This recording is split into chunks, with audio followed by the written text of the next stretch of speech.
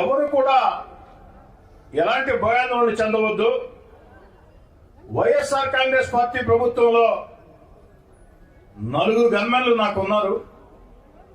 వైఎస్ఆర్ కాంగ్రెస్ పార్టీకి దూరంగా జరిగిన తర్వాత నన్ను మానసికంగా భయపెట్టేదానికి ఆనాటి ముఖ్యమంత్రి జగన్మోహన్ రెడ్డి గారి ఆదేశాలతో ఆనాటి ప్రభుత్వ సలహాదారు సజ్జల రామకృష్ణారెడ్డి గారి ప్రత్యక్ష ప్రమేయంతో 2 గన్మెన్లని తొలగించారు.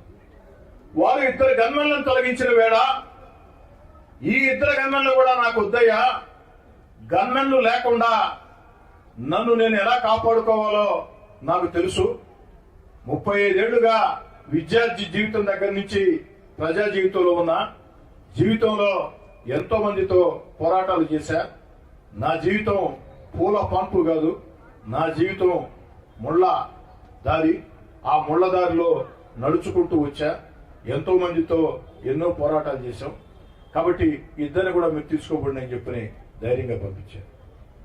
1 గన్మెన్ కూడా నాకు లేని రోజుల్లో నేను నమ్మిన నా వెంట నడిచిన కార్యకర్తలు వంతులు వేసుకుని బాధ్యతలు తీసుకుని రోజుకు 6 మంది నాకు అండగా నిలిచారు.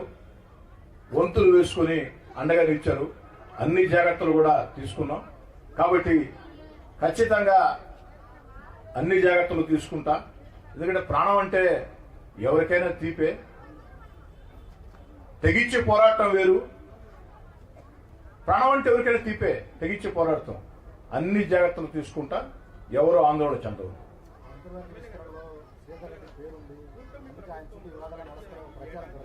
ఒకరు మార్చి గాయస్ బాయ్ ఎవరు ఒకరు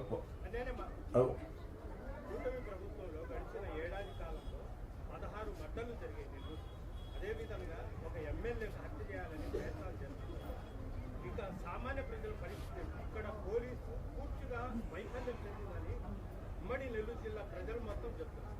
మీరు కూటమి ప్రభుత్వం తరఫున ఎమ్మెల్యేగా ఏం చెప్తారు? పోలీసులు ఎక్కడా వైఫల్యం చెందలేదు. రౌడీజం మీద ఉక్కు పాదం మోపారు. రౌడీలు అంతూ తెలుస్తున్నారు చంద్రబాబు గారి ఆదేశాలతో. ఇక్కడే కాదు, చంద్రబాబు గారు ముఖ్యమంత్రిగా ఉన్నంత కాలం రాష్ట్రంలో రౌడీజాన్ని ఉపేక్షించరు. ఇది చరిత్ర కూడా. ఇటీవల కాలంలో పోలీస్ శాఖ అన్ని చర్యలు చాలా కఠినంగా తీసుకుంటుంది. దాంతో ఎక్కడికక్కడ రౌడీలు నెల్లూరు వదిలి పరారై పారిపోతూ ఉన్నారు. ఒక్కడి మీరు అర్థం చేసుకోండి, ఈ వీడియో బయటికి వచ్చిందంటే ఈ వీడియోలో ఉన్న వ్యక్తిని ఇప్పటికే పోలీసులు అరెస్ట్ చేశారంటే అంటే వేరే నేర సంఘటనలో అంటే పోలీసులు కఠినంగా వ్యవహరించబట్టే, పోలీసులు ఉక్కుపాదం మోపబట్టే ఖచ్చితంగా ఇది సాధ్యం. కాదంటే నాకు ఒక చిన్న అసంతృప్తి జిల్లా ఎస్పీ గారి మీద. వారి దృష్టికి వచ్చిన వెంటనే నాకు కాస్త జాగ్రత్తలు చెప్పుంటే బాగుండేదని నా అభిప్రాయం.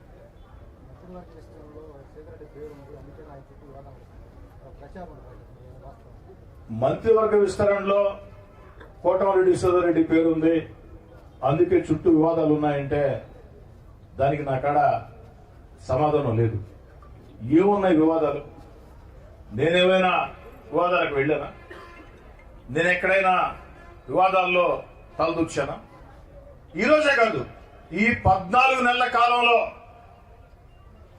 ఆ 16 నెలలు వైఎస్ఆర్ కాంగ్రెస్ పార్టీకి నేను దూరంగా జరిగిన తర్వాత నన్ను నమ్మి నా వెంట నడిచిన నాయకుల్ని, కార్యకర్తల్ని వైఎస్ఆర్ కాంగ్రెస్ పార్టీ నాయకులు వెంటాడినా, వేధించినా, అక్రమ కేసులు బనాయించినా, రౌడీజం చేసినా మేము అధికారంలోకి వచ్చిన తర్వాత ఏ ఒక్కరిని ఇబ్బంది పెట్టలా.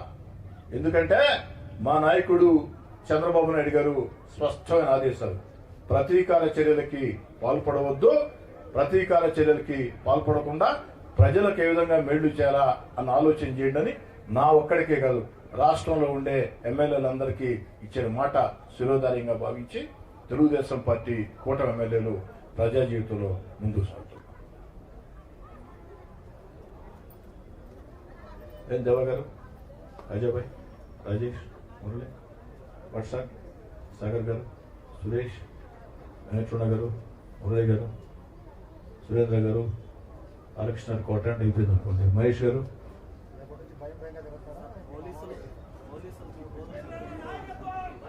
బాలకృష్ణ గారు, రామాయణం అంతా ఈయన సీత రాముడికి ఏమవుతుందని అడిగితే ఎలా ఉంటుందో మీరు అడిగిన ప్రశ్న అలా ఉంది.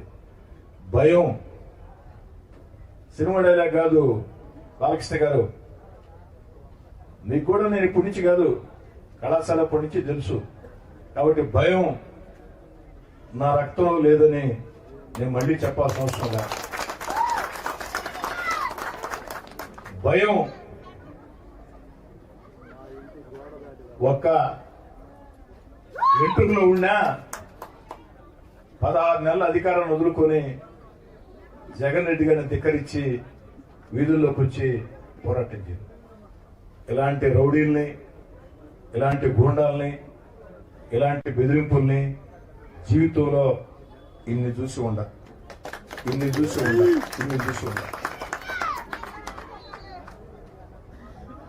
భయపడుతూ బతకటం నా చేత రాదు. భయపడుతూ బతికే అలవాటు నాకు లేదు. భయపడితే భయపడే వ్యక్తిని కాదు. మంచిగా చెప్తే, పద్ధతిగా చెప్తే ఎందాక నేనే వ్యక్తిని. భయపెడితే, భయపెట్టాలని అవతలోళ్ళు ప్రయత్నం చేస్తే ఆ ప్రయత్నం పూర్తయ్యే లోపు నా స్పందన మరో రకంలో. ఇంకా సార్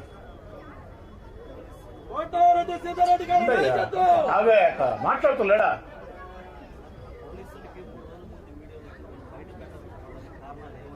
అది మీరు చెప్పాలి సురేంద్ర గారు, నేను చెప్పడం కాదు కదా. నిన్న ఎస్పీ గారే స్వయంగా చెప్పారు కదా, 3 రోజుల ముందే ఈ వీడియో మా దృష్టికి వచ్చిందని. వారు ఎందుకు బయటపెట్టలేదు? విచారణ కోసం బయటపెట్టలేదా? అది వారు మిమ్మల్ని అడగాల, పోలీస్ శాఖ మీకు సమాధానం చెప్పాలా. నా ఆవేదన ఏంటంటే కనీసం నాకు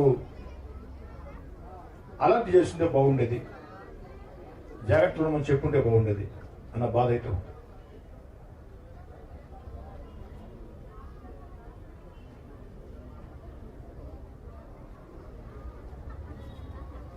ఎన్ని ప్రశ్నలు అడగమని చెప్పాను సార్. ఎవరందరినీ? వాళ్ళందరూ వచ్చారా? టీవీలో చూశారు. 10 గంటలకు ప్రెస్ మీట్ అన్నారు. సంఘీభావం తెలియజేస్తే కుటుంబ సభ్యుడిగా వచ్చారు. ఈ ఆఫీస్కి జనాలు రావటం కొత్త ఏం కాదు. అధికారం ఉన్నా, అధికారం లేకున్నా ముఖ్యమంత్రులతో పోరాడిన రోజుల్లో కూడా ఈ కార్యాలయం జనంతో ఎప్పుడు నిండుగా ఉండేది. ఎందుకంటే నెల్లూరు రూరల్ ప్రజలకి ఒక భరోసా, ఒక ధైర్యం. కష్టం వస్తే, సమస్య వస్తే నెల్లూరు రూరల్ ఎమ్మెల్యే కార్యాలయం వెళితే ఓదార్పు దొరుకుతుంది అన్న భరోసా.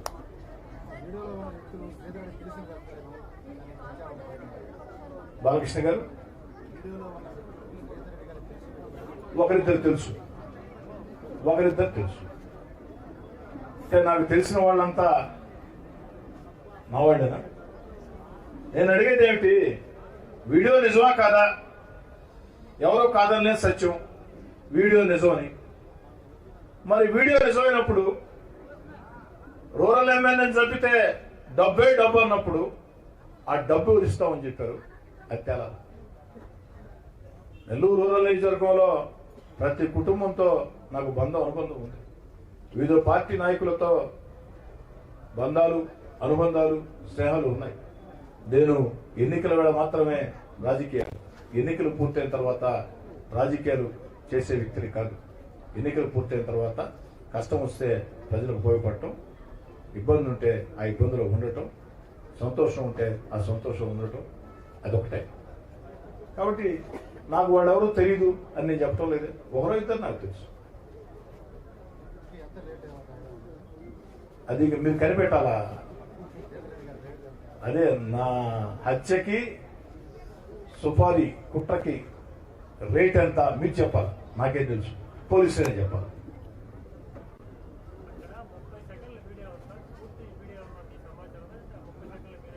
మీరు ఇచ్చిన వీడియో నాకు అది మీడియా ఇచ్చిన వీడియోని రాత్రి కొంతమంది రిటైర్డ్ పోలీస్ అధికారులు ఫోన్ చేశారు. వాళ్ళు ఏం చెప్తారంటే, సార్ అది కేవలం 32 సెకండ్స్ వీడియో, దానికి ముందు వీడియో ఉంటుంది, తర్వాత వీడియో ఉంటుంది, మొత్తం వీడియో వస్తే చాలా బాగుంటుంది, పూర్తి స్థాయిలో కుట్ర, ఆ డబ్బు ఇస్తా ఉన్న వ్యక్తి ఎవరు దాంట్లో వచ్చి ఉంటారు సార్ అని కొంతమంది రిటైర్డ్ పోలీస్ అధికారులు నా శ్రేయభిలాషులు గత రాత్రి నాకు ఫోన్ చేసి చెప్పారు. ఆ విషయాలు కూడా పోలీస్ శాఖ దృష్టికి తీసుకెళ్తారు. సార్ 5 రోజుల క్రితం ఈ వీడియో బయటకు వచ్చింది, పోలీసుల దగ్గరికి తెలుస్తుంది. జిల్లా పోలీసులు మీకు ఎలాంటి ఇన్ఫర్మేషన్ ఈ క్రమంలో ఈ విషయం పైన జిల్లా పోలీసులు పక్కన పెట్టి హోంశాఖకి ఏమన్నా క్లియర్ చేస్తారు? హోంమంత్రి రాత్రి ఈ సంఘటన టీవీలో వచ్చిన తర్వాత మంత్రులు మాట్లాడారు, హోంమంత్రి గారు మాట్లాడారు, పల్లా శ్రీనివాసరావు గారు మాట్లాడారు, ముఖ్యమంత్రి గారు మాట్లాడుకున్నారు అని చెప్పని ఖచ్చితంగా వారి నోటీసులో అన్ని విషయాలు కూడా పెడతాం. రాష్ట్ర ప్రభుత్వం శాంతి భద్రతల విషయంలో ఎక్కడ రాజీ పడే ప్రశ్న ఉండదు. ఖచ్చితంగా ఈ విషయం మీద కూడా కఠినంగానే వ్యవహరిస్తాం. అది నాకు ఎలా తెలుసు? 4 గోడల మధ్య నాకేం కెమెరాలు లేవు, పోలీసు 4 గోడల మధ్య నాకేం కెమెరాలు లేవు. వినోద్కి ఏమైనా కెమెరాలు ఉంటే వినోద్ చెప్పాలి. అదే నాకు తెలియదు, తెలియని విషయాలని తెలుసు అని చెప్పడం కరెక్ట్ కాదు కదా. ఇంకా సార్ ఓకేనా?